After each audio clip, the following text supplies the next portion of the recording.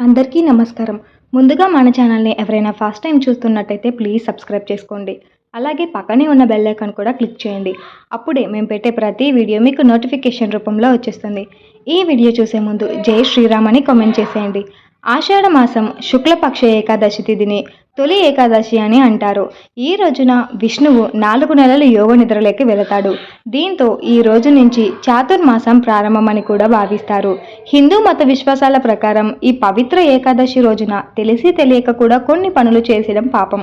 ఏకాదశి రోజున చేసే పూజలు, ఉపవాసం కూడా ఫలించవు. సరికదా ఆ వ్యక్తి పాపాన్ని పొందవచ్చు. పుణ్యానికి బదులుగా అతను పాపంలో భాగస్వామి అవ్వచ్చు. ఈ రోజు తొలి ఏకాదశి రోజున చేయకూడని పనుల గురించి ఇప్పుడు మనం తెలుసుకుందాం. హిందూ మతంలో తొలి ఏకాదశికి ప్రత్యేక ప్రాముఖ్యత కలిగి ఉంది. విశ్వ సృష్టికర్త అయిన శ్రీ మహావిష్ణువు క్షీరసాగరంలో 4 నెలలు యోగ నిద్రలోకి వెళ్లే పవిత్ర దినం ఇది. పంచాంగం ప్రకారం ఈ ఏడాది తొలి ఏకాదశి జూలై 6వ తేదీ ఆదివారం వచ్చింది. చాతుర్మాసం ప్రారంభమైన ఈ రోజు నుంచి 4 నెలల పాటు వివాహం, గృహప్రవేశం సహా ఏ ఇతర శుభకార్యాలు నిర్వహించరు. ఈ పవిత్ర సందర్భంగా పొరపాటున కూడా చేయకూడని కొన్ని పనులున్నాయి. తెలిసి తెలియక చేయడం వలన పాపానికి కూడా గురవుతారు. ఈ ఏకాదశి రోజున అన్నం తినడం పూర్తిగా నిషిద్ధం. మత విశ్వాసాల ప్రకారం ఈ రోజున అన్నం తినడం వల్ల తదుపరి జన్మలో ఒక క్రిమిగా జన్మిస్తారు. అలాగే వెల్లుల్లి, ఉల్లిపాయ, మాంసం, మద్యం వంటి తామస ఆహారాన్ని తీసుకోకూడదు. ఈ ఉపవాసం విష్ణువుకు అంకితం చేయబడింది కనుక సాత్విక ఆహారాన్ని మాత్రమే తీసుకోవాలి. తులసి దళాలను కోయవద్దు. ఏకాదశి నాడు తులసి ఆకులు కోయడం అశుభకార్యంగా భావిస్తారు. తులసి విష్ణువుకు చాలా ప్రియమైనది. అందుకనే తులసిని విష్ణుప్రియ అని కూడా అలుస్తారు. ఈ రోజున తులసి మొక్కను తాకడం లేదా దాని దళాలను కోయకూడదు. విష్ణు పూజకు తులసి దళాలు అవసరమైతే వాటిని ఒకరోజు ముందుగానే కోయాలి. జుట్టు, గోర్లు కత్తిరించడం, షేవింగ్ చేయడం, తొలి ఏకాదశి రోజున జుట్టు కత్తిరించుకోవడం, గోర్లు కత్తిరించుకోవడం, గడ్డం చేసుకోవడం వల్ల ఇంట్లో పేదరికం నెలకొంటుందని అశుభ ఫలితాలు కూడా వస్తాయి. అలాగే గొడవ పడడం, దుర్భాషలను ఉపయోగించడం కూడా ఈ పవిత్రమైన రోజున పాట ఇతర రోజుల గొడవకు వెళ్ళకూడదు.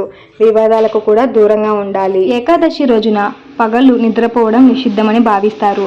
ఈ రోజున విష్ణువును పూజించడంతో పాటు భజనలు, కీర్తనలు పాడడంలో సమయం గడపాలి. వీలైతే రాత్రి నిద్రపోకోకుండా జాగరణ చేస్తూ దేవుడిని స్మరించుకోవాలి.